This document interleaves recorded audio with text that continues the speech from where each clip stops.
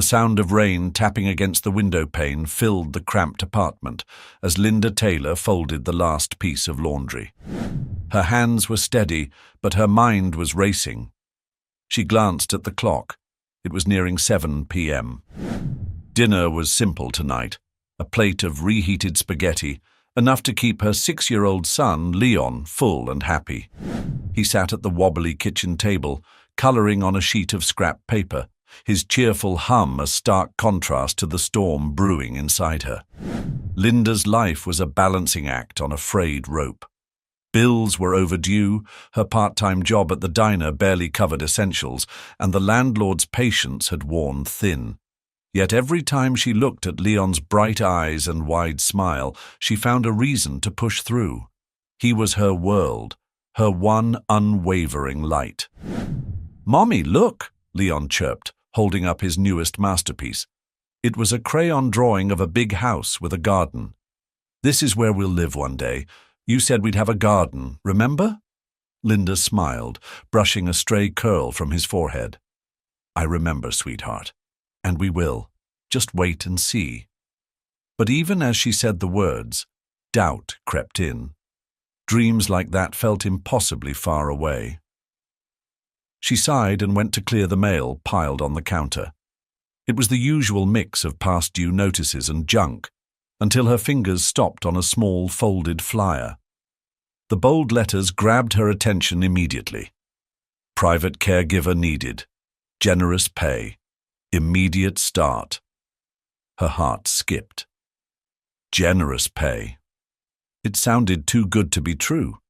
She read the fine print carefully. The job was located at an estate in Seattle, providing full-time care for a wealthy client. Experience was preferred, discretion required. No other details were listed, only a phone number. Generous pay, she murmured to herself. Images of stable housing, proper meals, and new school supplies for Leon flashed through her mind, but as quickly as hope surfaced, doubt followed. What kind of job required discretion? And what if she wasn't qualified? Still, the ad sat heavy in her hand, whispering possibilities. That night, after tucking Leon into bed, Linda sat by the dim light of her phone and dialed the number. "Good evening," a crisp voice answered on the third ring. "Whitmore Estate." Linda hesitated, almost hanging up, but then she forced herself to speak. "Hi, I'm calling about the caregiver position." There was a pause, followed by the sound of papers shuffling. "The position is still open. Are you available for an interview tomorrow morning?" Linda blinked. "Tomorrow?" That was fast. "Yes, I'm available." The voice gave her the address and hung up without further pleasantries. Linda stared at her phone, heart pounding. She had no idea what to expect, but she knew one thing. This was her chance, and she couldn't afford to let it slip away. The next morning, the rain had eased, leaving the streets of Seattle glistening under a grey sky. Linda adjusted her jacket as she stepped off the bus, clutching her umbrella in one hand and a folder with her resume in the other. The address led her to a gated estate, perched on a hill in Queen Anne, with towering trees lining the driveway. The sheer size of the property made her stomach churn with nerves. She couldn't remember the last time she'd been somewhere so grand or intimidating. At the gate, a sleek intercom panel blinked to life as she approached. "Name?" a voice asked, clipped and professional. "Linda Taylor. I'm here for the caregiver interview," she said, her voice steady despite the butterflies in her stomach. The gates opened without another word. Linda followed the gravel path, her shoes crunching as she approached the mansion. It loomed ahead, all sharp angles and glass, a stark contrast to the natural beauty of its surroundings. A woman in her early 50s greeted her at the door, her sharp navy suit a perfect match for her no-nonsense expression.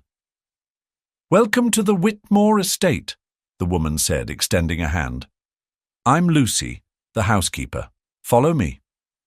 Linda nodded, muttering a polite thank you. As they entered, her eyes darted around the cavernous foyer. The walls were adorned with tasteful modern art, and every surface gleamed as though polished daily. Yet, for all its grandeur, the house felt cold, almost devoid of life. "Mr. Whitmore will see you in his office," Lucy said briskly, leading Linda through a maze of hallways. "He values punctuality, so it's fortunate you arrived on time." "Is there anything I should know before meeting him?" Linda asked, clutching her folder tightly. Lucy paused, giving her a measured look. "Mr. Whitmore is direct. He doesn't waste time on pleasantries. Be honest and don't overpromise. He'll see through it." Linda nodded, her nerves tightening. They reached a large oak door, and Lucy knocked twice before pushing it open. The office was spacious but minimalist, with floor-to-ceiling windows offering a breathtaking view of the city below. Behind a sleek desk sat Russell Whitmore. Linda's first impression was that of power and precision. His grey suit was impeccably tailored, and his piercing blue eyes fixed on her with an intensity that made her falter. A wheelchair sat in place of an office chair, but he held himself upright, radiating authority despite his circumstances. "Ms. Taylor," Russell said, his tone as sharp as the rest of him. "Sit." Linda obeyed, her palms slightly damp. He didn't waste time with small talk, diving straight into his questions. "Why do you want this job?"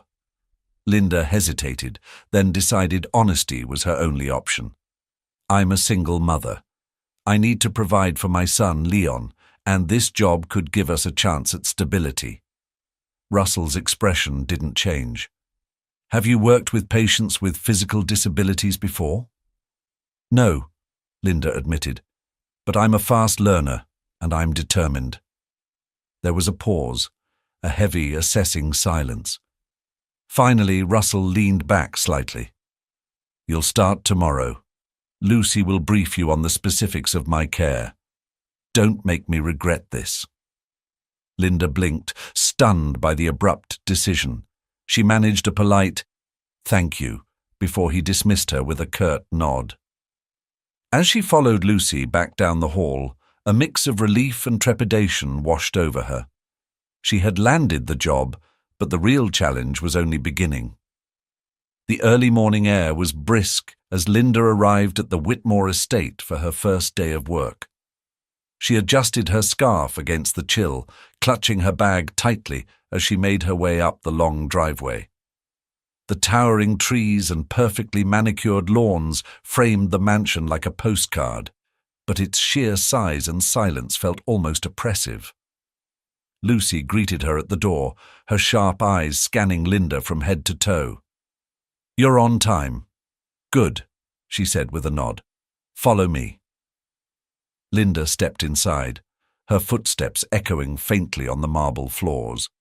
She had only seen glimpses of the house during her interview the day before, but now, as Lucy led her through a labyrinth of hallways, the true scale of the estate became clear. Each room they passed was immaculate, filled with expensive furniture and art that spoke of wealth and precision. Yet the house felt cold, as if no one truly lived there. "Mr. Whitmore has a strict schedule," Lucy began, her tone brisk. "Your main duties will revolve around his daily care, assisting with dressing, meals, and mobility. He prefers efficiency, so keep personal conversations to a minimum. And don't be offended if he's blunt. That's just how he is." Linda nodded, absorbing the instructions. "Understood." They stopped outside a door near the end of the hallway. Lucy gave Linda a measured look before knocking twice and opening it. "Mr. Whitmore, your caregiver is here." Russell was seated by the window, the morning light casting a sharp profile against his features. He wore a grey cardigan over a pressed white shirt, looking as composed as he had during the interview. His piercing blue eyes shifted to Linda, studying her as if weighing her worth in mere seconds. "Ms. Taylor," he said, his voice calm but firm, "you're early. That's a good start." "Thank you," Linda replied, trying to sound confident even as her nerves fluttered. "Lucy has briefed you, I assume?" he asked, his tone leaving little room for doubt. Yes, Linda said. She explained your schedule and preferences. Good. Then let's begin. Lucy excused herself, leaving Linda alone with Russell. The air in the room felt heavier in her absence. Linda moved toward him cautiously, unsure of the boundaries. We'll start with the basics, Russell said, gesturing to a nearby desk where a set of mobility aids were neatly arranged. Hand me the brace for my right hand. Linda nodded, stepping over to the desk. As she handed him the device, her hands brushed against his, and she couldn't help but notice the scars along his knuckles. They were deep and jagged, a stark reminder of the life he once lived. She wanted to ask, but the sharp set of his jaw made it clear he wasn't open to questions. Linda stepped back slightly, watching as Russell adjusted the brace with precision, his movements deliberate but slow. He had the air of someone accustomed to control, even in the smallest details of his life. When he finished securing the device, he looked up at her with a raised brow. Well, he said. I assume Lucy mentioned that standing exercises are part of my routine. Yes, of course, Linda said quickly, stepping forward to help.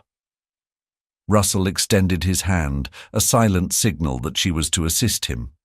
Linda braced herself, grasping his arm firmly but carefully. His grip was strong, stronger than she'd expected for someone in his condition. As they worked together, Russell's body tensed, the strain of the movement evident in the taut muscles of his arms and shoulders. Don't hover, he snapped, breaking her focus. Just support where it's needed. Linda flushed, quickly adjusting her position. The silence that followed was heavy, filled only with the sound of Russell's measured breathing as he managed to rise slightly, holding himself upright for a few moments before lowering back into his chair. Not bad, he muttered, though his tone lacked satisfaction.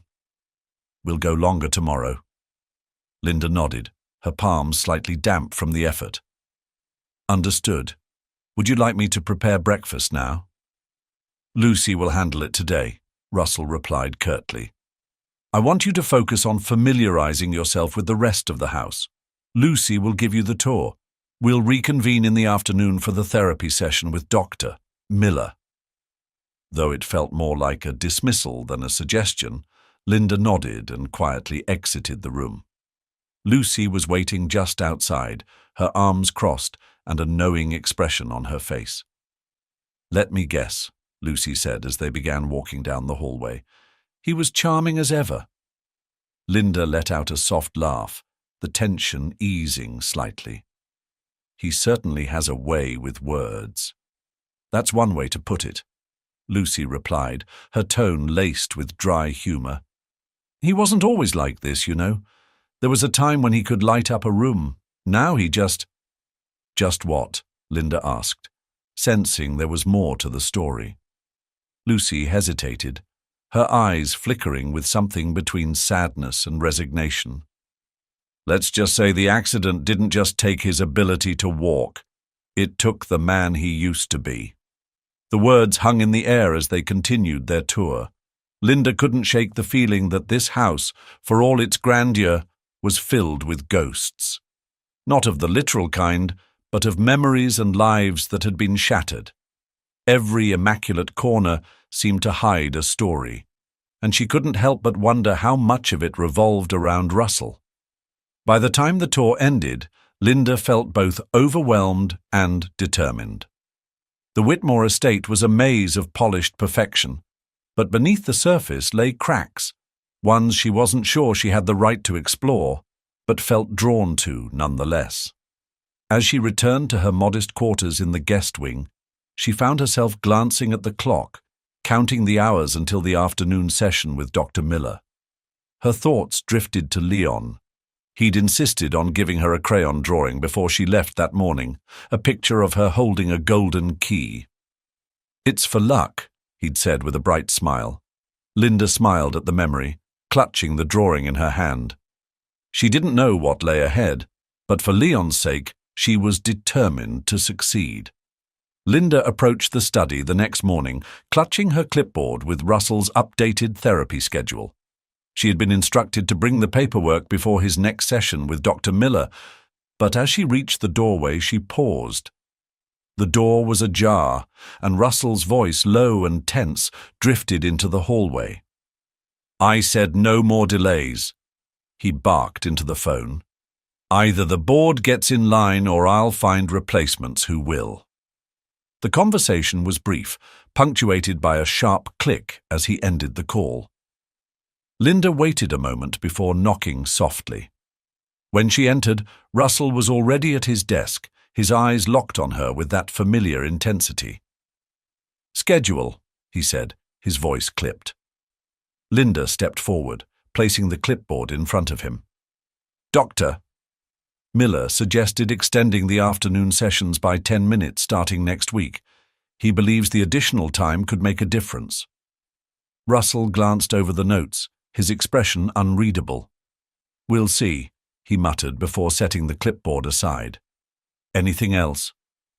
Before Linda could answer, her gaze caught something on the edge of the desk, a photo partially tucked beneath a stack of papers.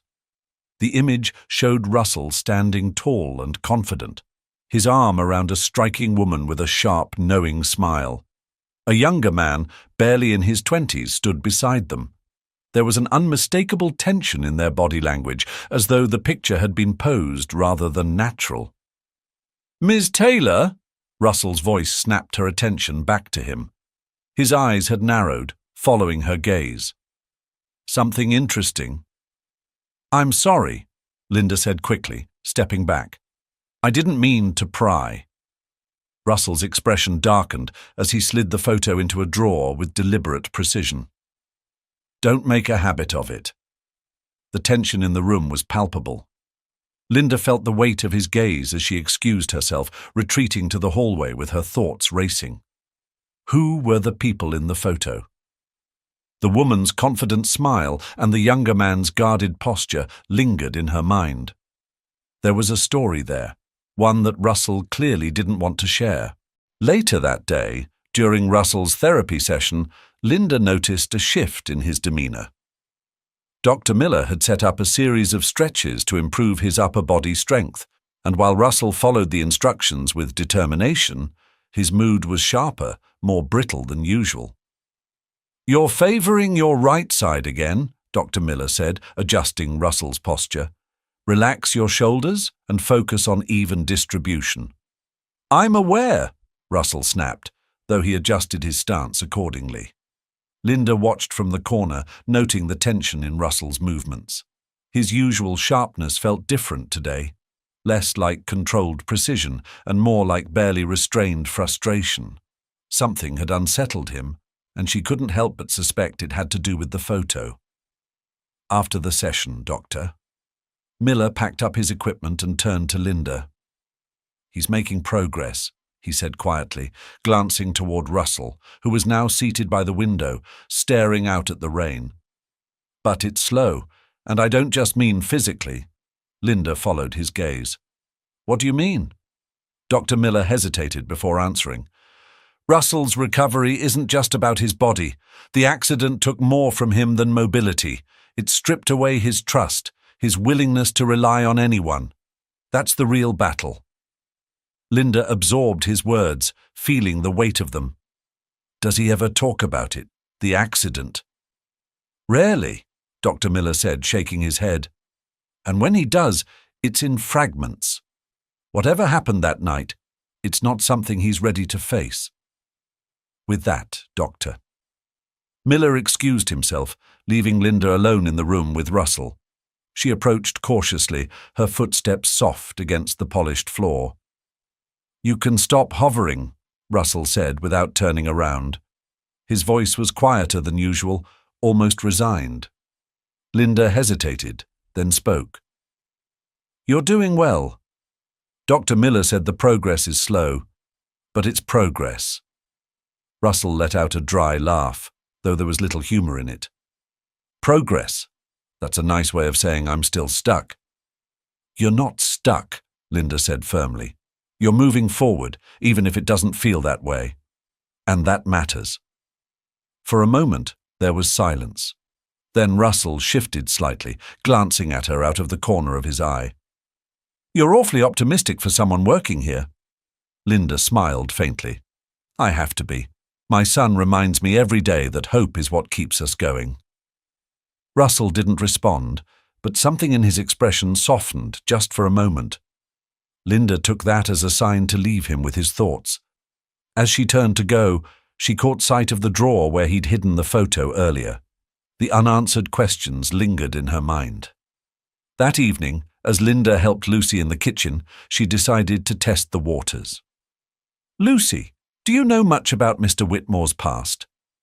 Lucy gave her a sidelong glance, her hands steady as she chopped vegetables. "What exactly are you asking?" "There was a photo on his desk today," Linda said carefully. "A woman and a young man. He seemed protective of it." Lucy's knife paused mid-chop, and for a moment she looked almost conflicted. Finally, she sighed. "The woman is Jessie Langston. She was his fiancée. The young man, that's Bryce, her younger brother. They were close, or at least they used to be." "Used to be?" Linda pressed gently. Lucy nodded, her expression guarded. "Things changed after the accident.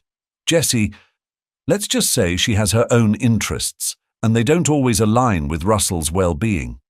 As for Bryce, he disappeared from the picture a while ago. No one talks about him now." Linda frowned, the pieces of the puzzle swirling in her mind. It was clear there was more to Russell's story than she had realized. And if Jessie still held influence over him, it might explain some of the tension that seemed to hang over the mansion like a storm cloud. As she headed to her quarters that night, Linda resolved to tread carefully. Russell's world was more complicated than she'd imagined, but if she was going to help him, she needed to understand the full picture, even if it meant uncovering truths he'd rather keep hidden. The following morning, Linda's routine was interrupted by the sharp, clipped voice of Jessie Langston echoing through the hallways. The sound was unmistakable, commanding and full of authority, with just a touch of condescension that set Linda's nerves on edge. As Linda approached the living room, she saw Jessie standing near the grand fireplace, her tall frame draped in a sleek designer coat. Her striking red lips curled into a practiced smile as she spoke to Russell, who remained seated in his wheelchair. His expression was unreadable, but his body language, arms crossed, shoulders slightly hunched, betrayed his irritation. "Russell, darling," Jessie said, her voice saccharine yet laced with steel. "I've been worried about you. You know I only want what's best for you."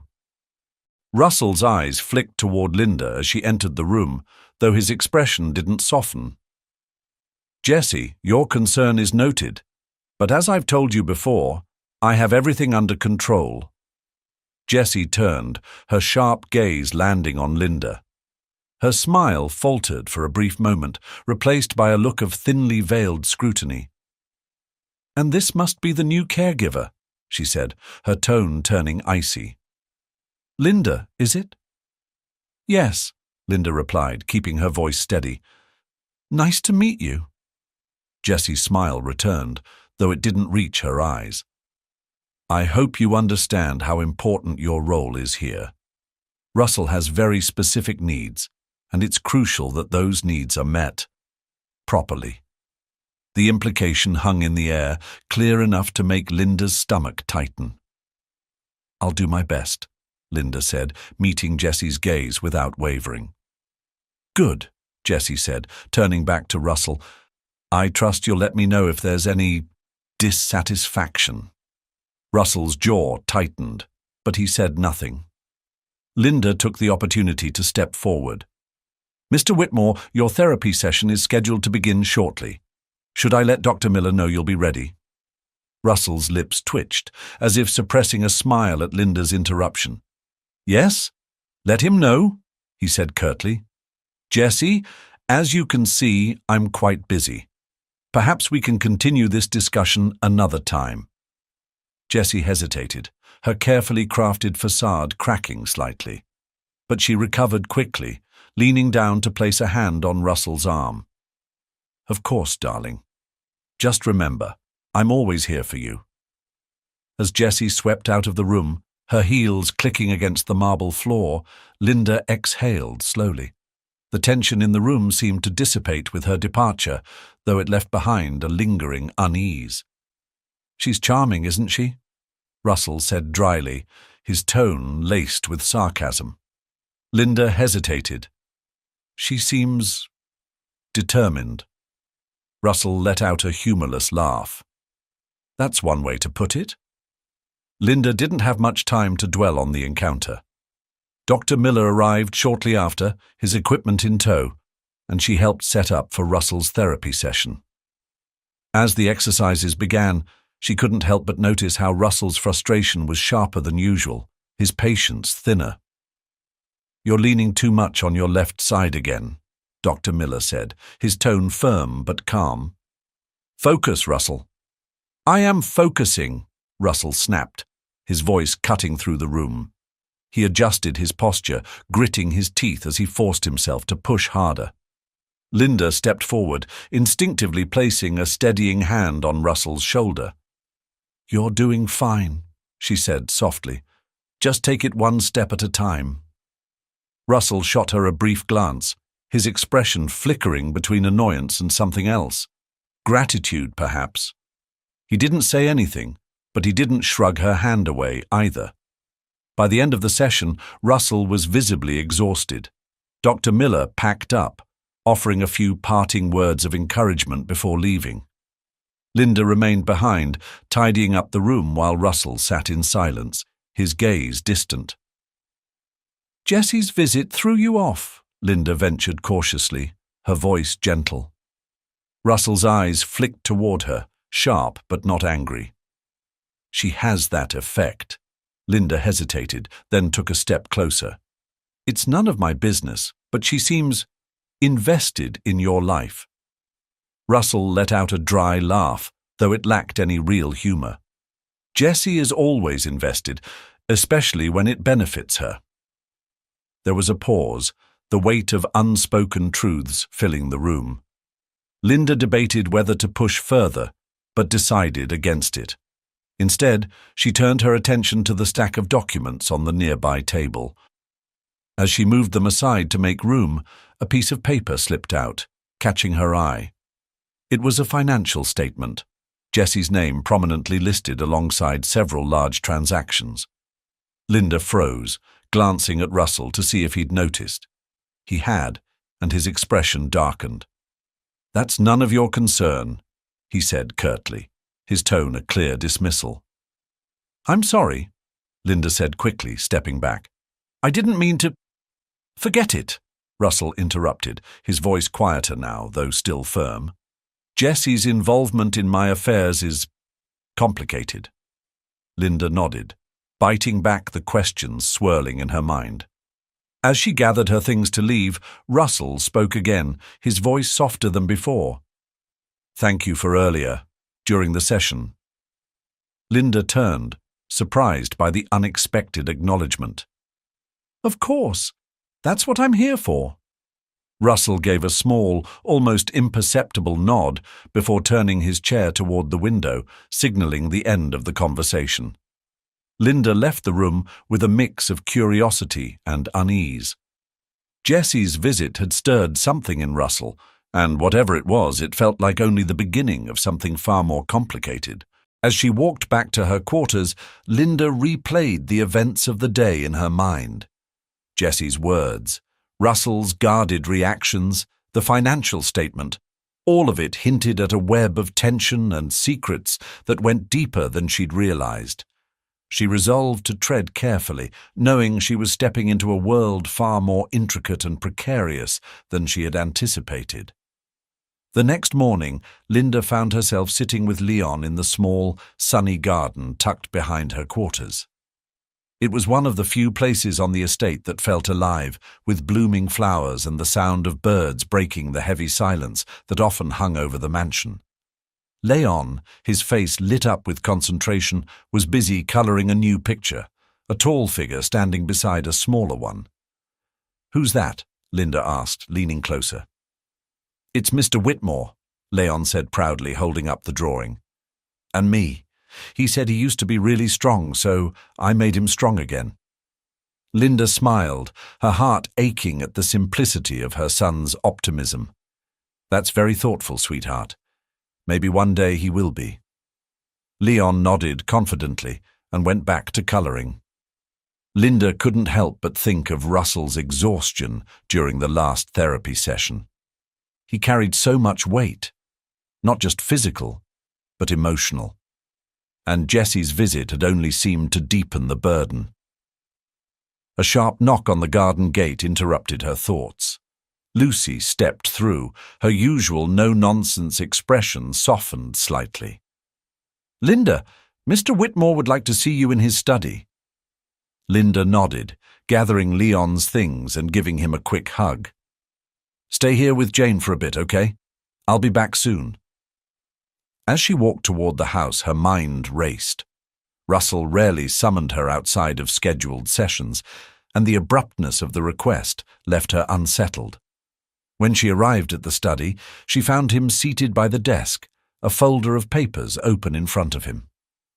"Ms. Taylor," he said without looking up, "take a seat." Linda obeyed, the silence stretching as Russell sifted through the documents. Finally, he looked at her, his expression unreadable. "I need your opinion." "My opinion?" Linda repeated, caught off guard. Russell tapped the folder. "Dr. Miller has suggested increasing the intensity of my sessions. He believes it will speed up progress, but—" He trailed off, his gaze drifting to the window. For the first time, Linda noticed the subtle tension in his shoulders, the way his hands rested stiffly on the desk. "But you're unsure," she finished for him. Russell's eyes snapped back to her, narrowing slightly. "I didn't ask for a commentary." Ms. Taylor. Linda held his gaze, refusing to back down. "I'm just saying it makes sense to have doubts. You've already been pushing yourself hard." Russell let out a sharp breath, his irritation flickering into something closer to resignation. "Doubts don't matter. Results do." "Results take time," Linda said gently. "Dr. Miller wouldn't suggest it if he didn't believe you could handle it, but only if you're ready." The room fell silent again, tension lingering in the air. Finally, Russell leaned back, his expression softening ever so slightly. "You're annoyingly persistent, you know that?" Linda allowed herself a small smile. "It's part of the job." The tension in the room eased slightly, and Russell nodded toward the folder. "Fine. We'll give it a try. Let Dr. Miller know I'll start the revised schedule next week." Linda made a note in her clipboard, her gaze flickering to the papers spread across the desk. Amid the medical documents and therapy plans, she spotted a familiar name, Jessie Langston. Her brow furrowed as she caught sight of a letterhead from a law firm, but Russell's sharp voice interrupted her thoughts. "Anything else, Ms. Taylor?" he asked, his tone making it clear he was ready to move on. "No," Linda said quickly, standing. "I'll let Dr. Miller know." As she left the study, her thoughts were clouded by questions. Why was Jessie's name in Russell's files? And what kind of legal matters involved her so deeply with his affairs? Linda knew she was walking a fine line, but her instincts told her that Jessie's intentions were far from benign. Later that afternoon, during Russell's therapy session, Linda noticed a subtle shift in his demeanor. While he followed Dr. Miller's instructions with his usual determination, there was a new edge to his focus, a quiet frustration bubbling beneath the surface. "You're tensing your shoulders again," Dr. Miller observed. "Relax. You're working against yourself." Russell shot him a glare but complied, his movements smoother this time. Linda stepped closer, offering a steadying hand as he worked through a set of balance exercises. "You're doing well," she said softly. "Better than yesterday." Russell's jaw tightened, but he didn't snap at her. Instead, he let out a long breath, his shoulders relaxing slightly. "I hate this," he muttered under his breath.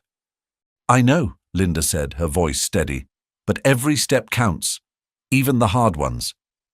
Dr. Miller glanced at her, a flicker of approval in his eyes, before turning back to Russell. That's enough for today. We'll push a bit harder tomorrow.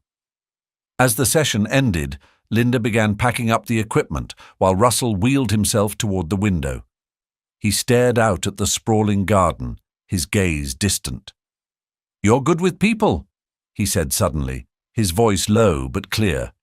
Leon, Doctor, Miller, even me. Linda paused, caught off guard by the unexpected compliment. Thank you, she said after a moment, but it's not hard when you care about the people you're helping. Russell's lips twitched, almost forming a smile. Care is a luxury I haven't allowed myself in a long time. Linda didn't respond, sensing that his words carried a weight he wasn't ready to unpack. Instead, she finished tidying up and prepared to leave. As she stepped into the hallway, Lucy appeared, her expression tight. Linda, a word.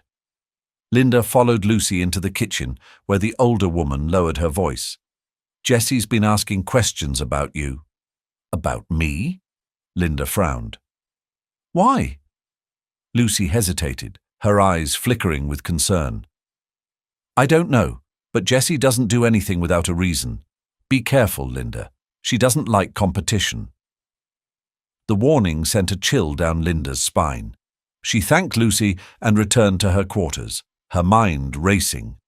Jessie's interest in her was unexpected and unsettling. Linda resolved to stay vigilant. Whatever Jessie's plans were, she wasn't going to be caught off guard.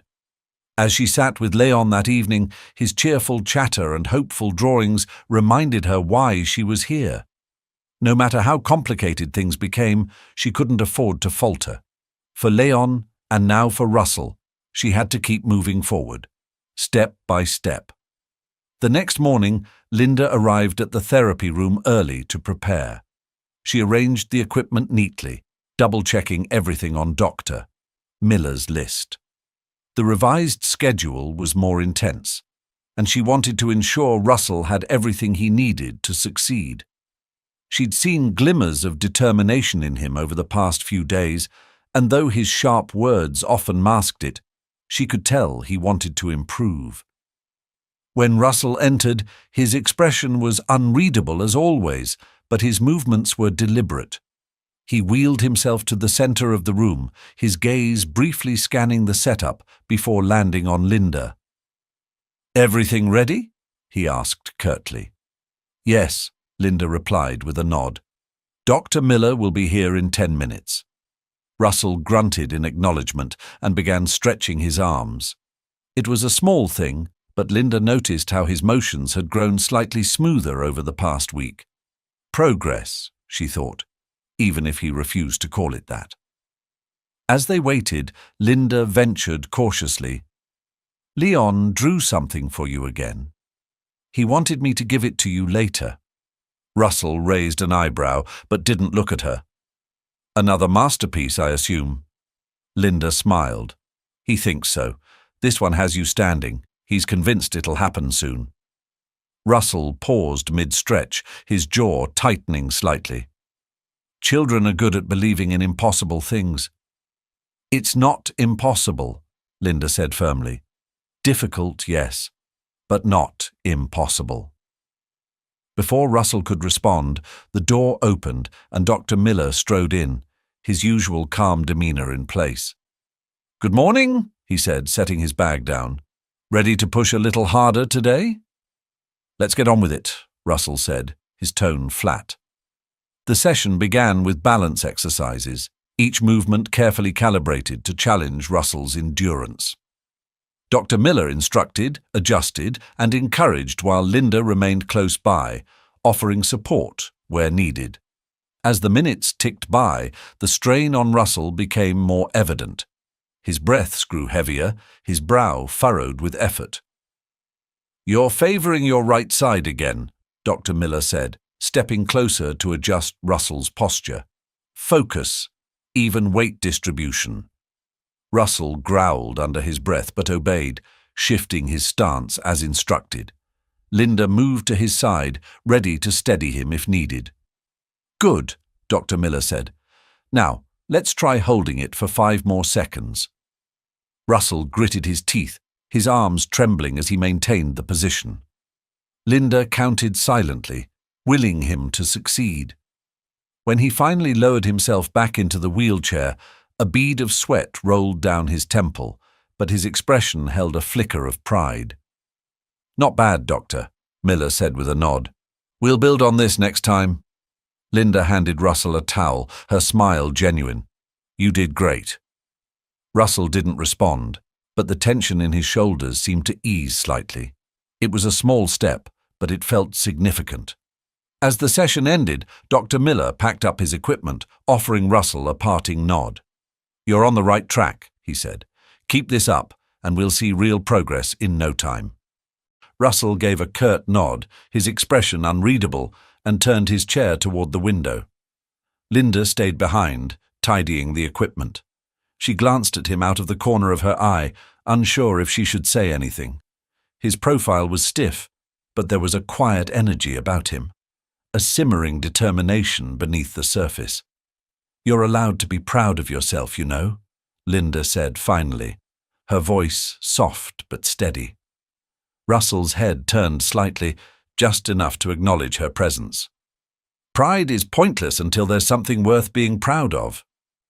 "You don't think today was worth it?" Linda asked, stepping closer. He let out a low, humorless laugh. "Holding myself up for 10 seconds? It's hardly an achievement." "It's progress," Linda countered.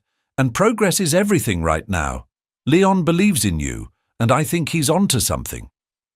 At the mention of Leon, Russell's features softened just a fraction. He didn't respond but didn't brush her off either, which Linda took as a small victory. She left the room quietly, giving him space. Later that day, Linda found herself in the kitchen with Lucy, who was sorting through a pile of groceries. Leon sat at the small table nearby, drawing another picture. The bright chatter of the household staff filled the room, a stark contrast to the silence that usually surrounded Russell. "You've been spending a lot of time with him," Lucy said, her voice low enough for only Linda to hear. "It's my job," Linda replied, though she knew Lucy's comment carried more weight. Lucy raised an eyebrow. "And it's a tough one. Russell doesn't let people in easily, especially since everything." Linda hesitated, then asked, "What was he like before?" Lucy's hands stilled, and for a moment her expression softened. "Different, more open. He had this lightness about him, always in control but never cold. Jessie changed that. And the accident? That sealed it." Before Linda could press further, Leon piped up from the table. "Mommy, look, I drew Mr. Whitmore walking." Linda turned, her heart warming at the sight of the colourful drawing. "That's wonderful, sweetheart. I'm sure he'll love it." Leon beamed, holding the drawing up for Lucy to see. "Do you think he'll like it, Miss Lucy?" Lucy's smile was faint but genuine. "I think he'll appreciate it more than he lets on." That evening, Linda brought Leon's drawing to Russell. He was in the study, poring over papers with a furrowed brow. When she presented the picture, he glanced at it briefly before setting it aside. "Leon worked hard on this," Linda said, a hint of reproach in her voice. Russell sighed, picking up the drawing again. This time, he studied it more carefully. His expression softened ever so slightly, though his tone remained gruff. "Tell him thank you." "I will," Linda said, smiling. "But maybe you could tell him yourself one day." Russell didn't respond, but Linda thought she saw the faintest flicker of something. Hope, maybe, in his eyes. She left the room with a quiet sense of accomplishment. Small steps, she reminded herself. They were moving forward, little by little. Linda's morning began with an unsettling discovery. While helping Lucy organize paperwork in the library, she came across a ledger tucked behind a stack of books. Its pages were crisp and clean, marked with neat, methodical entries. What caught her attention, however, were the names listed: Jessie Langston and several financial institutions. The amounts next to the entries were staggering. "Lucy," Linda began cautiously, holding up the ledger. "Do you know what this is?" Lucy froze, her hands halting mid-motion over a stack of files. Her eyes darted to the ledger, and her expression darkened. "Where did you find that?" "It was hidden behind some books," Linda said, lowering her voice. "What's going on?" "These entries, they don't look right." Lucy hesitated, then took the ledger from Linda's hands, flipping through it quickly. "This isn't the first time I've seen something like this," she admitted, her voice hushed. "Jessie's been meddling in Russell's affairs for years. She's always managed to stay just below the radar, but I've suspected she's siphoning money." Linda's stomach turned. "Why hasn't Russell done anything?" "Because she's clever," Lucy said grimly. "And because Russell doesn't want to believe she'd betray him. He used to trust her implicitly, before everything fell apart." Linda frowned, her grip tightening on the edge of the desk. If this is true, she's still taking advantage of him. He deserves to know. Lucy sighed, closing the ledger and tucking it under her arm. "Be careful, Linda. Jessie won't take kindly to you poking around. If you bring this up to Russell, make sure you're prepared for the fallout." The warning stayed with Linda as she left the library. Her mind raced with possibilities, her heart heavy with the implications of what she'd found.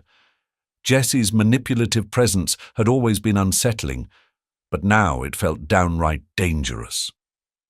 Later that afternoon, Linda found herself alone with Russell in the study, his therapy session having ended early due to fatigue.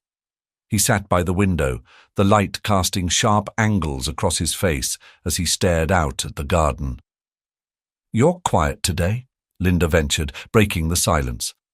Russell didn't look at her. "Thinking." "About Jessie?" she asked cautiously. At that, his gaze shifted, sharp and assessing. "Why do you ask?" Linda hesitated, choosing her words carefully. "Because it seems like she's still very involved in your life, even if she shouldn't be." Russell's jaw tightened, but he didn't respond immediately. When he finally spoke, his voice was low, almost resigned. "Jessie has a way of staying involved whether I want her to or not." Linda took a step closer. "And do you want her to?" Russell's silence was answer enough. Linda took a deep breath, the weight of her earlier discovery pressing heavily on her. "Russell," she began carefully, "what if there was a way to re-evaluate her involvement, to look at things more objectively?" His eyes narrowed as he turned to face her fully, the sharpness of his gaze cutting through her hesitation. "What are you getting at, Miss Taylor?" "I'm saying," she replied, her voice steady despite the tension in the room, "that maybe Jessie's influence isn't entirely in your best interest. Have you looked closely at what she's been doing with your accounts? Your estate?" Russell's expression darkened. "That's a bold statement." Linda stepped forward, her pulse quickening. "I found something today. A ledger in the library, documents with financial discrepancies linked to Jessie's name. Lucy confirmed she's seen similar patterns before." The room fell into a heavy silence, Russell's eyes fixed on her as though weighing her every word. Finally he spoke, his voice low and edged with frustration. "If what you're saying is true, it wouldn't surprise me. But Jessie's involvement is complicated." Linda nodded, sensing his inner conflict. "I understand that you may feel loyalty or even doubt, but if she's exploiting you, that's something you deserve to know." Russell looked away, his gaze returning to the window. "You think I don't already suspect? Jessie's motives have always been murky, but she's tied to things I'd rather not dredge up." "Maybe it's time to confront them," Linda said softly. "Whatever hold she has over you, it's keeping you from moving forward." He let out a long, weary breath, his shoulders sagging slightly. "I'll think about it." It wasn't the answer Linda had hoped for, but it was a step, a crack in the armor Jessie had built around him. As she left the study, a sense of resolve hardened within her. She wouldn't let Jessie continue to manipulate Russell without consequence. That evening, as Linda tucked Leon into bed, she found her son unusually quiet. "What's on your mind, sweetheart?" she asked, brushing a lock of hair from his forehead. "Why doesn't Mr. Whitmore smile?" Leon asked, his voice small. The question caught Linda off guard. "What do you mean?" "He looks sad all the time," Leon said, clutching his blanket. "Even when he's doing better in therapy, I wish he'd smile more." Linda felt a pang in her chest, her son's innocence cutting through the complicated web of emotions surrounding Russell. "Maybe he's forgotten how to smile," she said gently. "But we can remind him, don't you think?" Leon nodded, his expression brightening. "I'll draw him another picture, a really happy one." As Leon drifted off to sleep, Linda sat by his bedside, her thoughts returning to the day's events. Jessie's shadow loomed large over the Whitmore estate, but so did the possibility of change. With every small victory, whether in therapy or in trust, Russell was reclaiming pieces of himself, and Linda was determined to see him whole again, no matter what challenges lay ahead. Linda's morning began with an uneasy feeling, one she couldn't quite shake. The house felt heavier today, the kind of quiet that carried tension rather than peace. As she carried a tray of tea to the study, the sound of raised voices stopped her in her tracks. "She's overstepping," Jessie's sharp tone sliced through the silence. "You're letting her meddle in things she doesn't understand." "Jessie," Russell replied, his voice low and firm, "you don't dictate who works here or how they do their job." Linda hesitated outside the door, unsure whether to enter or retreat. Jessie's voice rose again, tinged with desperation. "You think you can trust her? Someone you barely know? Don't be naive, Russell." "I'm not the one being naive," Russell shot back. "If you're so concerned, maybe you should look at your own actions first." There was a brief silence, then the sound of heels clicking against the floor. Linda barely had time to move aside before Jessie stormed out of the study, her face a mask of controlled fury. Her eyes landed on Linda, narrowing slightly. "Careful, Miss Taylor," she said in a low, dangerous tone. "You're playing with fire." Linda didn't reply, keeping her expression neutral as Jessie swept past her and disappeared down the hallway. Taking a steadying breath, she stepped into the study. Russell was seated at his desk, his hands gripping the armrests of his wheelchair tightly, his jaw set in a grim line. "Bad time?" Linda asked cautiously, placing the tray on the table. Russell let out a dry laugh, though it lacked humor.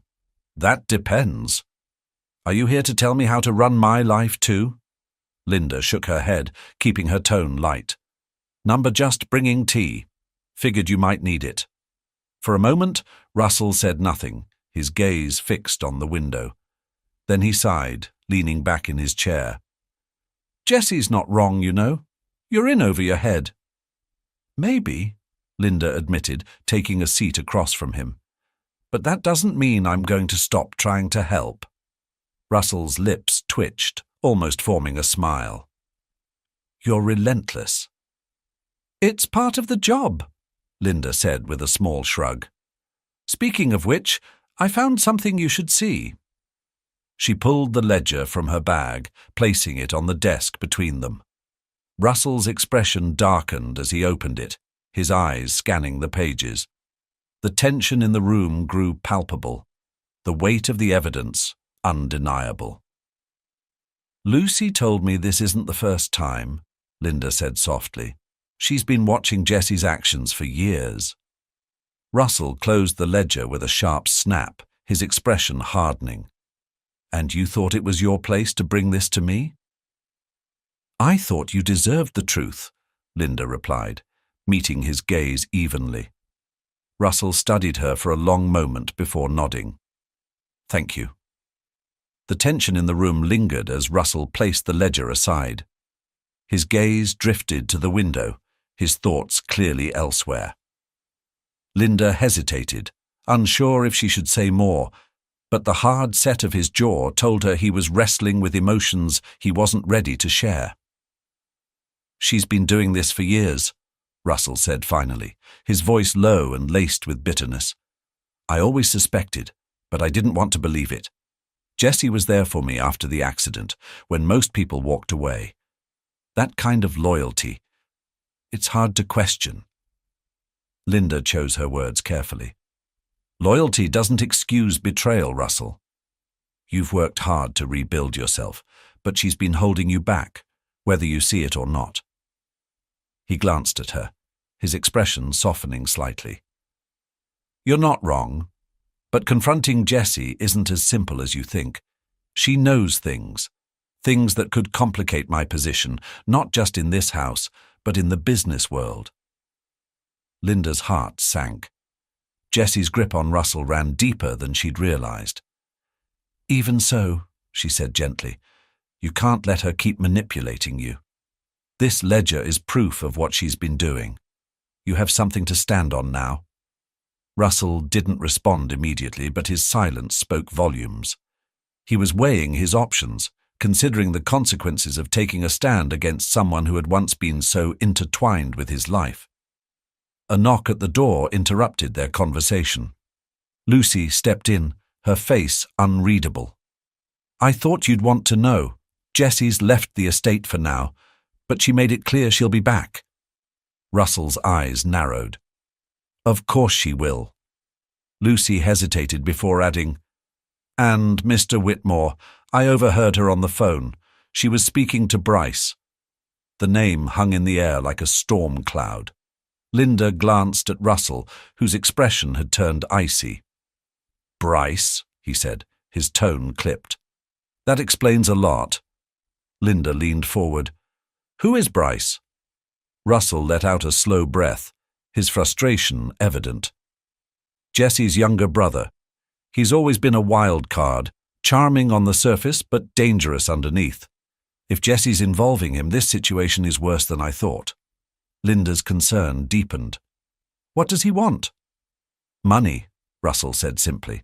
"He always wants money, and Jessie has no problem using him to get what she wants." Lucy stepped closer. "Russell, this has gone on long enough.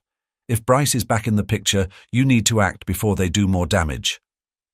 Russell nodded slowly, his resolve hardening. "You're right. I've let this go on for too long." Linda felt a flicker of relief. "What's the plan?" Russell's gaze shifted to her, and for the first time, she saw a spark of determination in his eyes. "First, I need to gather more evidence. If Jessie and Bryce are conspiring, I want to make sure there's no room for them to manipulate their way out of it." "I'll help," Linda said without hesitation. "Whatever you need." Russell nodded, his expression unreadable.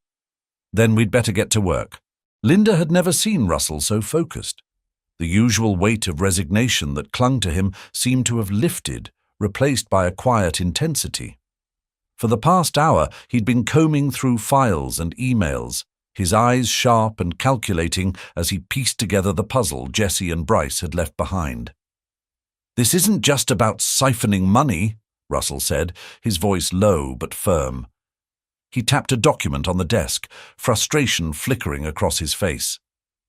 "They've been setting up shadow accounts in my name. If this goes public, it could ruin me."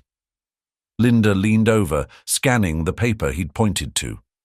The accounts were tied to questionable transactions, investments in shell companies, some with ties to offshore tax havens. It was a web of deceit, carefully constructed to implicate Russell if the scheme ever unraveled. "You have proof now," Linda said. "We can take this to the authorities." Russell shook his head, his jaw tightening. "Not yet. Jessie's not stupid. If she suspects I'm onto her, she'll cover her tracks or make this worse." Then what do we do? Linda asked, her voice steady despite the tension building in the room. Russell leaned back in his wheelchair, his eyes narrowing. We let her think she's still in control, for now. Linda hesitated, uncertain how to respond. She'd seen Russell's calculated side before, but this was different, colder, sharper. She could sense the weight of years of betrayal shaping his decisions. And Bryce, she pressed. He's not exactly subtle. If he's involved, he'll be harder to predict. Russell's lips pressed into a thin line. Bryce is Jesse's weak point. He's reckless. If we can isolate him, we can force Jesse's hand. Linda nodded slowly, the pieces of Russell's plan beginning to fall into place. It wasn't without risk, but it was clear he was determined to regain control of his life and his legacy. As they worked, the sound of footsteps echoed in the hallway. Lucy appeared at the door, her expression grim. I just spoke to security. Bryce was seen on the estate earlier. Russell's expression darkened. He's testing boundaries. Or planning something, Linda added, her stomach tightening. Lucy stepped further into the room. I've already alerted the staff to keep an eye out, but he's slippery. If he's here, it's for a reason.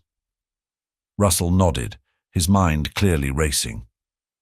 Make sure Leon stays close to the main house, he said, his tone leaving no room for argument. Linda's heart skipped at the mention of her son. You think he'd go that far? I wouldn't put anything past Bryce, Russell said grimly. Jesse's desperation makes him dangerous. Linda swallowed hard, her resolve hardening. Whatever Jesse and Bryce were planning, she wouldn't let them threaten Leon or Russell. The tension in the estate was palpable as Linda returned to the guest wing where Leon was playing with Jane. She found them seated at the small kitchen table, surrounded by crayons and scraps of paper. Leon looked up as she entered, his face lighting up with a smile. "Mommy, look," he said, holding up a drawing of a tall figure with a wide grin. "It's Mr. Whitmore, and he's smiling this time." Linda's heart softened for a moment, the innocence of his gesture a brief reprieve from the weight of the situation. But as she glanced toward Jane, she noticed the teenager's worried expression. Jane leaned closer, her voice barely above a whisper. "There was a man outside earlier. I think he was watching the house." Linda's stomach dropped. "Did you recognize him?" Jane shook her head, her eyes wide. "No, but he didn't look like one of the staff. He was near the garden gate before he disappeared." Linda forced herself to stay calm, crouching beside Leon. "Sweetheart, why don't you finish your drawing with Jane? I need to talk to Mr. Whitmore for a minute." Leon nodded, too absorbed in his art to sense her unease. Linda gave Jane a quick, grateful look before hurrying back to the main house. Russell was in his study, speaking quietly with Lucy when Linda arrived. His eyes narrowed as he saw her. "What is it?" "Jane saw someone near the guest wing," Linda said without preamble. She didn't recognize him, but she thought he was watching the house. Russell's expression darkened, and he exchanged a glance with Lucy. "It's Bryce," he said flatly. "He's here to intimidate us." "Or worse," Lucy added grimly. "We need to act before he pushes further." Russell nodded, his mind clearly racing. "Linda, I need you to keep Leon close. He's not to leave the main house under any circumstances. I'll handle Bryce." Linda's pulse quickened. "Handle him how? He's already trespassing." Russell's gaze was steely. "Bryce thrives on chaos, but he's careless. If I confront him directly, I can use that to my advantage. Jessie might think she has control over him, but Bryce always overplays his hand." Lucy crossed her arms, her voice firm. "You can't face him alone, Russell. Not in your condition." "I won't be alone," Russell replied. "Security will be nearby, but I need to draw him out." Linda's unease grew. The idea of Bryce roaming the estate while Leon was so close made her skin crawl.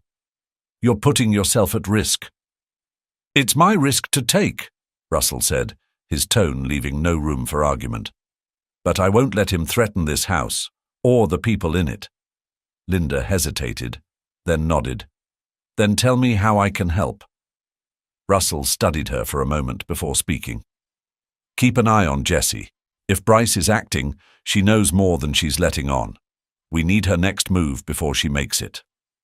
Linda left the study, her resolve steeled. Jessie and Bryce were playing a dangerous game, but they'd underestimated one thing: the strength of those willing to stand against them.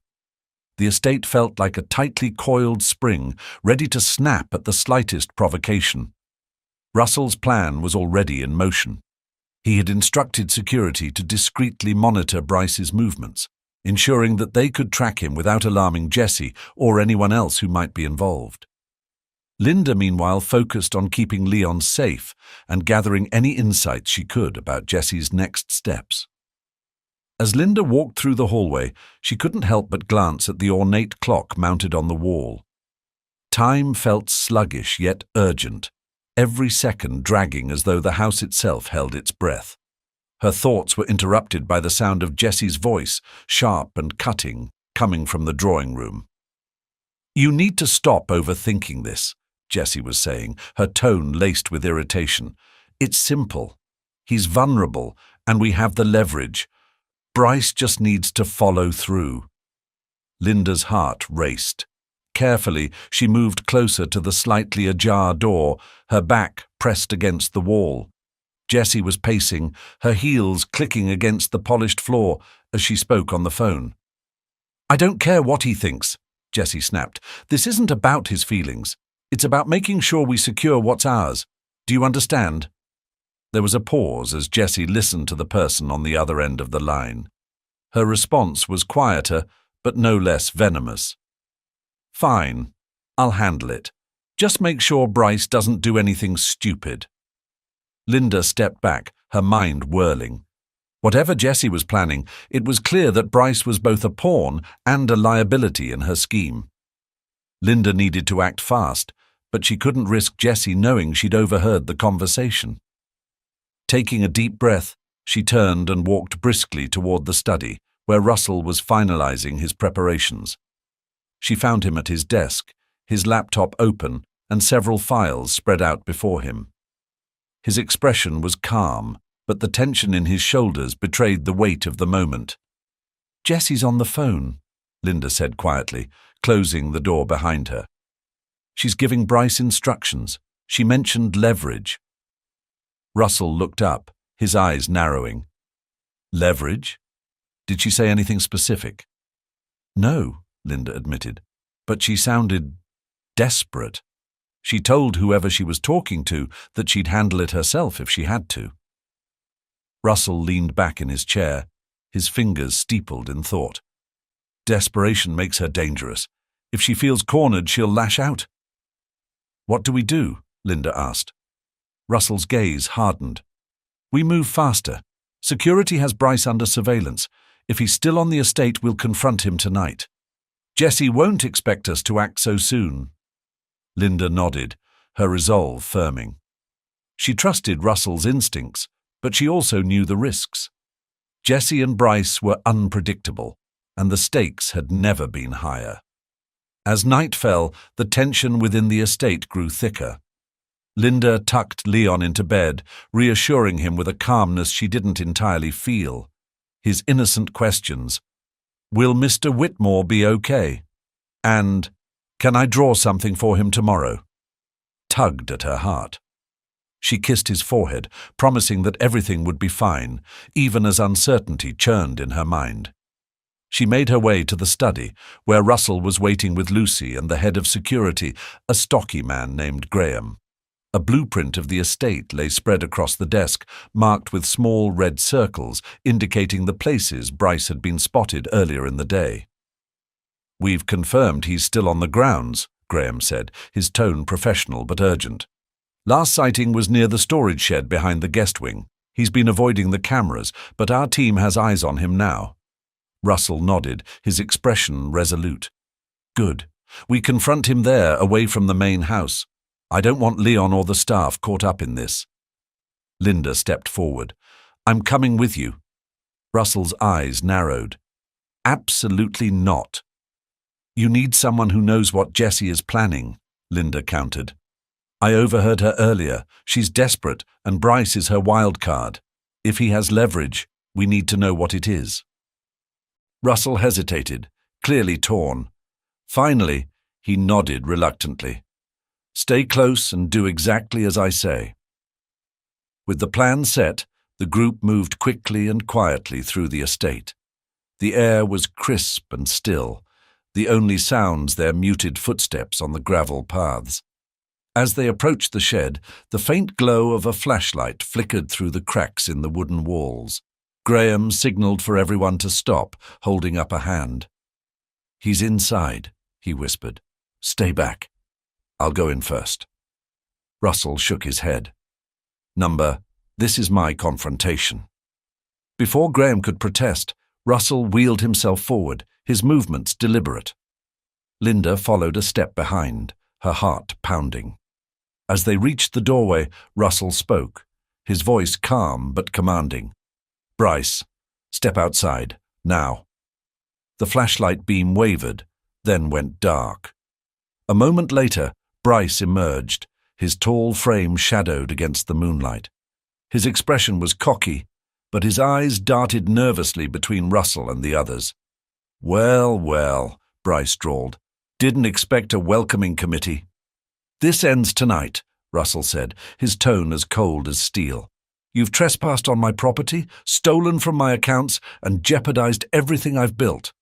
What's your angle? Bryce smirked, though his confidence seemed forced. Angle? You make it sound so sinister. I'm just here for a chat. Don't lie to me, Russell snapped. What are you and Jessie planning? At the mention of his sister, Bryce's smirk faltered. He shifted on his feet, his bravado cracking under Russell's unrelenting glare. Look, man, it's not what you think. Jessie's running the show. I'm just following orders. Linda stepped forward, her voice steady but firm. What leverage does she have, Bryce? What is she holding over Russell? Bryce hesitated, his eyes flicking to Linda, then back to Russell. She's got some files, okay? Old contracts, stuff that could make you look bad. She thinks it'll scare you into backing down. Russell's jaw tightened. Where are they? Her car, Bryce admitted reluctantly. She's keeping them close. Russell turned to Graham. Get the team to secure those files, now. As Graham signaled his team, Bryce raised his hands defensively. Hey, I didn't come here to start a war. Jessie's the one with the grudge. I'm just here to make sure she gets what she wants. And what do you want? Russell asked, his voice cutting through the night. Bryce hesitated, then let out a bitter laugh. To stop owing her. You think she's tough on you? Try being her brother. Russell stared at him for a long moment, then said, Leave. And don't come back. Bryce looked like he wanted to argue, but thought better of it. He turned and walked away, his silhouette fading into the shadows. Linda exhaled, the tension in her chest finally releasing. Do you think he's gone for good? No, Russell said quietly, his gaze hardening. But Jessie's next move just got a lot harder. The morning after Bryce's confrontation, the Whitmore estate was a hive of quiet activity. Graham's security team had retrieved the files from Jessie's car, locking them in Russell's private safe. The documents painted a damning picture. Years of manipulation, fraudulent transactions, and strategic leaks designed to keep Russell under Jessie's thumb. Linda sat in the study, watching as Russell flipped through the papers, his expression growing darker with each page. Lucy stood nearby, her arms crossed, a protective presence despite her small frame. It's worse than I thought, Russell muttered, setting a document down. She's tied to half a dozen shell companies. If this got out, It wouldn't just ruin me, it would destroy the company. Linda leaned forward. But now we have proof. We can use this against her. Russell shook his head. It's not that simple. Jessie knows how to spin a narrative. If she plays the victim, the public will believe her. I can't afford a scandal, not when the company is already fragile. Lucy stepped closer, her voice steady. Then we outmaneuver her. Take control of the story before she does. Russell glanced at her, the wheels in his mind turning. How? Through the board, Lucy said. They've always been wary of Jessie's influence. If you present this to them as a calculated move to protect the company, they'll back you. Linda nodded. And if Jessie tries to retaliate, we'll have the evidence to discredit her. Russell leaned back in his chair, his fingers steepled. It's risky, but you're right. It's the only way. Later that afternoon, Russell called a meeting with the board members, summoning them to the estate under the guise of an urgent strategy session. As the men and women arrived, Linda couldn't help but notice the subtle looks of curiosity and concern they exchanged. It was clear they knew something was amiss. The meeting was held in the formal dining room, the long table lined with chairs. Russell sat at the head, his presence commanding despite the wheelchair. Linda stood off to the side, her heart pounding as she observed the room. Thank you all for coming, Russell began, his voice steady. I won't waste your time with pleasantries. The company is at a crossroads, and it's time to address the factors holding us back. He gestured to Linda, who stepped forward and distributed copies of the files Graham had retrieved. As the board members skimmed the documents, murmurs of shock and outrage rippled through the room. This is Jessie Langston's doing, Russell continued. She's used her position to undermine the company, redirecting funds and compromising our integrity. These actions are not only unethical, they're illegal. A man near the center of the table, one of the senior board members, frowned. Why wasn't this brought to our attention sooner? Because Jessie is a master of deception, Russell said bluntly. She's cultivated trust while eroding the foundation of this company. But that ends today. Linda watched as Russell's words resonated with the room. The board members, once skeptical, now seemed unified in their outrage. They began discussing immediate action, proposing audits and legal proceedings to secure the company's future. As the meeting concluded, Russell's gaze met Linda's. There was a flicker of something in his expression. Gratitude, perhaps. She nodded in return, feeling a sense of accomplishment. It wasn't over yet, but this was a victory. As the board members filed out of the dining room, their voices low and serious, Linda lingered near the doorway, watching Russell. He remained seated at the head of the table, his hands resting on the polished surface. For the first time since she'd met him, he looked less burdened, as if a weight had been lifted from his shoulders. Lucy approached, setting a glass of water in front of him. You handled that well, she said quietly. Russell gave a faint nod. It's not over yet. Jessie won't take this lying down. Maybe not, Lucy replied.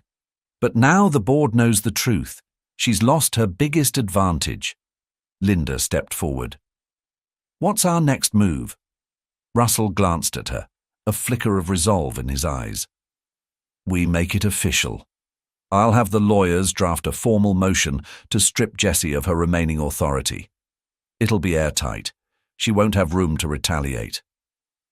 And Bryce? Linda asked. Russell's expression darkened. Bryce won't be an issue. Without Jessie backing him, he has no leverage. He'll disappear the moment he realizes the game is up. Linda hesitated, then said, Do you think she'll try to fight back? Use the files she kept as leverage? She might, Russell admitted, but she's running out of options. She's desperate, and desperate people make mistakes. That evening, as the staff began to wind down for the night, Linda found herself in the quiet garden outside the main house. The air was cool, the faint scent of blooming flowers carried on the breeze. She wrapped her arms around herself, letting the stillness calm her racing thoughts. Russell appeared at the garden gate, his wheelchair moving silently over the cobblestone path. Linda turned at the sound of his approach, surprised to see him outside at this hour. "Couldn't sleep?" she asked. Russell shook his head. "Too much on my mind." Linda gestured to the bench beside her. "Join me." He hesitated for a moment, then wheeled himself closer, his movements deliberate but less labored than they'd been weeks ago. Linda couldn't help but notice the change, a subtle but significant shift in his demeanor. "I owe you an apology," Russell said after a long silence, "for doubting you, for letting Jessie linger in my life for so long." Linda shook her head. "You don't need to apologize. You've been through more than most people could handle. And you're taking control now. That's what matters." Russell's gaze softened, and he let out a quiet sigh. "For years, I let her make me feel powerless. But today, for the first time, I felt like myself again. Like I was finally free." Linda smiled, her voice gentle. "You are, and you'll keep moving forward." They sat in companionable silence, the weight of the day giving way to a quiet sense of hope. For the first time, the future didn't feel so daunting. The Whitmore estate buzzed with an energy it hadn't felt in years. The board's decision to remove Jessie from any position of influence had been finalized, and Russell's legal team was preparing the formal documents to ensure there was no way for her to reclaim her hold. The staff moved with a renewed sense of purpose, as though the house itself had shed the weight of Jessie's manipulation. Linda watched the transformation unfold from her usual spot in the study, her hands busy organizing papers, while Russell reviewed a final draft of the motion. His focus was unyielding, but there was a calmness in him now, a steadiness that hadn't been there before. "Once these are signed and filed," Russell said, setting the pen down, "Jessie's grip is gone for good." Linda smiled faintly. "And what about the company? Are the board members still supporting you?" Russell nodded. "They've seen the evidence. More importantly, they've seen my commitment to rebuilding. Jessie's schemes might have shaken their trust, but today's actions will solidify it." A knock at the door interrupted them. Lucy entered, her expression unreadable. "Jessie's here," she announced. Russell's eyes narrowed. "What does she want?" "She's asking for a meeting," Lucy said. "Claims she has something important to discuss." Linda felt a chill run through her. "Do you think it's a trap?" Russell's lips pressed into a thin line. "It doesn't matter. This ends today." He glanced at Linda. "Stay close. I may need you." Jessie was waiting in the sitting room, her posture as impeccable as always, though there was a sharpness in her expression that betrayed her usual composure. As Russell wheeled himself into the room, Linda followed a step behind, her presence a quiet but steady reminder of the support Russell now had. "Russell," Jessie said, her voice syrupy but strained. "You've been busy." "You have no idea," Russell replied coolly. "Say what you came to say, Jessie." "I have nothing left to discuss." Jessie's smile faltered, her mask of confidence slipping. "I know you've been digging into my accounts. I know what you think you've found." "It's not about what I think," Russell said, his tone sharp. "It's about what I know. Your games are over, Jessie." She leaned forward slightly, her voice dropping to a low, urgent tone. "We don't have to do this, Russell. We've both made mistakes, but we can move forward. Together." Russell's laugh was cold, devoid of humor. "Together? You betrayed me, Jessie. You used my trust, my name, my resources, for your gain. There's no moving forward from that." Jessie's eyes flicked to Linda, her expression hardening. "And what about her, the saintly Miss Taylor? Do you really think she's here out of the goodness of her heart?" Linda bristled but held her ground. I'm here because Russell deserves to be free of people like you. Jessie's gaze snapped back to Russell. You're making a mistake. Without me, you won't last. Russell leaned forward, his voice steady and unyielding. Watch me. Jessie's face twisted with frustration as Russell's words settled over the room. For a moment it seemed as though she might lash out, but then she drew herself up, her demeanor shifting to one of calculated defiance. You think you've won, Jessie said, her tone icy. But you've underestimated me before, Russell. Don't make that mistake again. This isn't about winning, Russell replied, his voice calm but firm. It's about reclaiming what's mine, the company, my estate, my life. They're no longer yours to manipulate. Jessie's eyes darted toward Linda, then back to Russell. Fine, she said sharply, rising to her feet.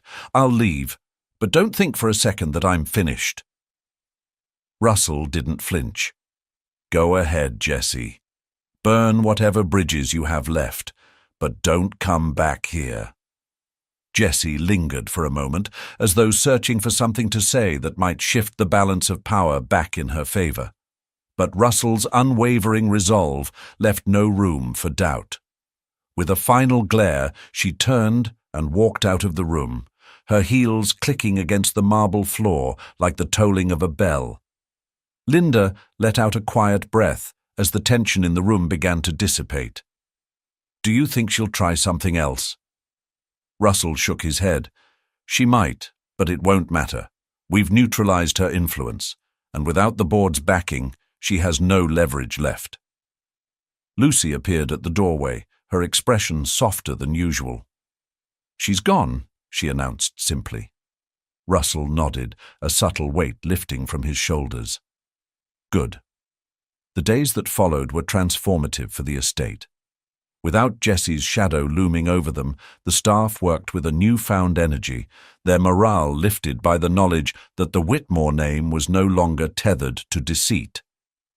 The board formally announced Russell's reinstatement as the company's sole decision-maker, a move that was met with public support and renewed confidence from investors. For Linda, the changes were equally profound. Watching Russell reclaim his life gave her a sense of fulfillment she hadn't expected. His therapy sessions became less about obligation and more about determination. Each small victory, standing for longer periods, improving his balance, felt monumental, a testament to his resilience. One sunny afternoon, Linda sat with Leon in the garden, the two of them working together on another drawing. This one depicted the three of them, Leon, Linda, and Russell, standing together near the estate's fountain. Do you think Mr. Whitmore will like it? Leon asked, holding up the picture. Linda smiled. I think he'll love it. As if on cue, Russell appeared at the garden gate, his wheelchair moving smoothly over the cobblestones. He paused when he saw them, his expression softening as he approached. What are you two up to? He asked, his tone lighter than Linda had ever heard. Making something for you, Leon said proudly, handing Russell the drawing. Russell studied it for a long moment before a rare, genuine smile spread across his face. It's perfect, he said quietly. Thank you, Leon. Leon beamed, and Linda felt a warmth spread through her chest. This was what she had hoped for. Not just progress, but healing. That evening, as the sun set over the estate, Russell gathered the staff in the main hall. It was an informal celebration, a way to thank everyone for their loyalty during the upheaval. He spoke briefly, his words measured but heartfelt, expressing his gratitude for their support and his determination to rebuild the estate and company stronger than ever. After the gathering, as the staff began to disperse, Russell turned to Linda. Walk with me? He asked. She nodded, and they made their way to the garden. The air was cool, the stars beginning to dot the night sky. Russell moved with steady determination, using his cane to navigate the paths with Linda by his side. You've been my anchor through all of this, he said after a long silence. "I don't know if I would have made it without you." Linda's cheeks warmed, but she kept her voice steady. "You would have. You just needed a little push." Russell stopped, turning to face her. "Maybe. But you gave me more than that. You gave me a reason to believe in myself again." For a moment, neither of them spoke, the quiet of the garden wrapping around them like a protective cocoon. Then Russell smiled, a real, unguarded smile, and extended his hand toward her. "Stay," he said simply. "Not just for the job. For me. For us." Linda felt her heart catch, but then she smiled back, slipping her hand into his. "I'm not going anywhere,"